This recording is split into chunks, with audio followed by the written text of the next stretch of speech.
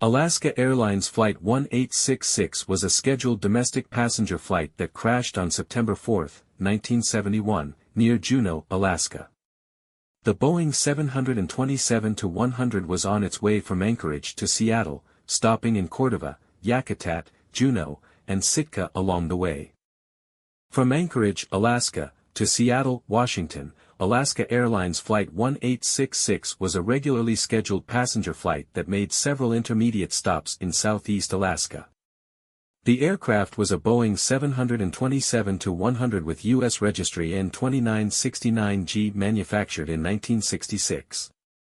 On September 4, 1971, the aircraft operating the flight crashed into a mountain in Haynesboro, about 18 miles west of Juneau, Alaska, while on approach for landing.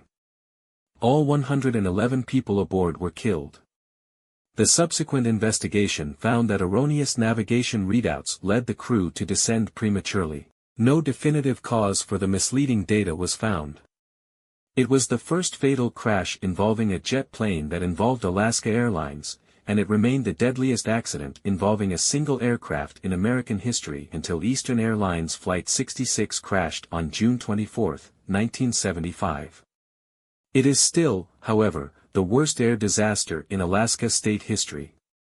Crash details: aircraft, Boeing 727-193, tail number, N2969G. Departure, Anchorage, Alaska. Intended destination, Juneau, Alaska. 111 deaths, all passengers and crew members, 0 survivors.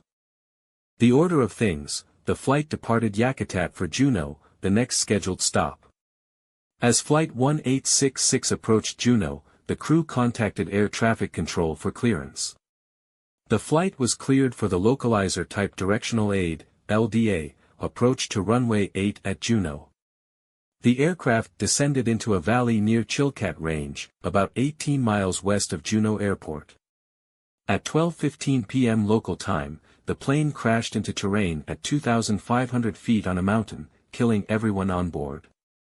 Cause of the crash: the National Transportation Safety Board, NTSB, determined the probable cause was pilot misinterpretation of instrument approach procedures.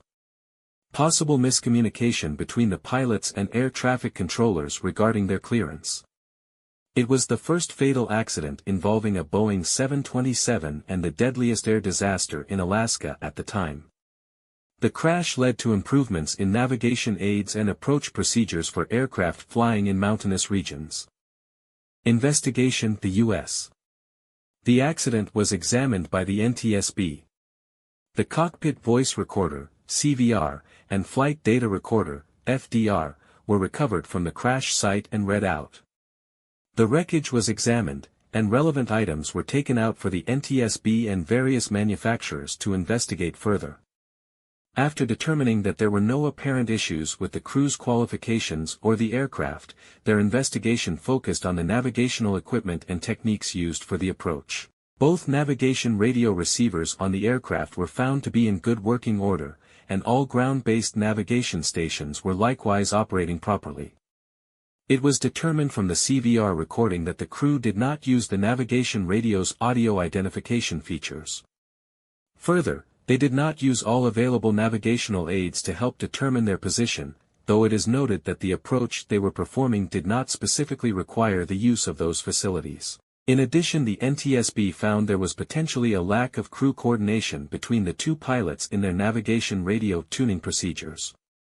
Based on the crew's conversation and the flight's erroneous position report over Barlow intersection, the NTSB noted that the captain's navigation radio had apparently presented the crew with consistently false information at several points along the approach path. No reason for the false indications could be determined. The NTSB also found that ATC had used proper procedures in handling Flight 1866. The small aircraft that entered the airspace during their descent might have been a distraction for both the controller and the pilots. The NTSB final report was released on October 11, 1972. The investigation found that the following factors contributed to the accident. The National Transportation Safety Board determines that the probable cause of this accident was a display of misleading navigational information concerning the flight's progress along the localizer course, which resulted in a premature descent below obstacle clearance altitude. The origin or nature of the misleading navigational information could not be determined. The board further concludes that the crew did not use all available navigational aids to check the flight's progress along the localizer, nor were these aids required to be used. The crew also did not perform the required audio identification of the pertinent navigational facilities.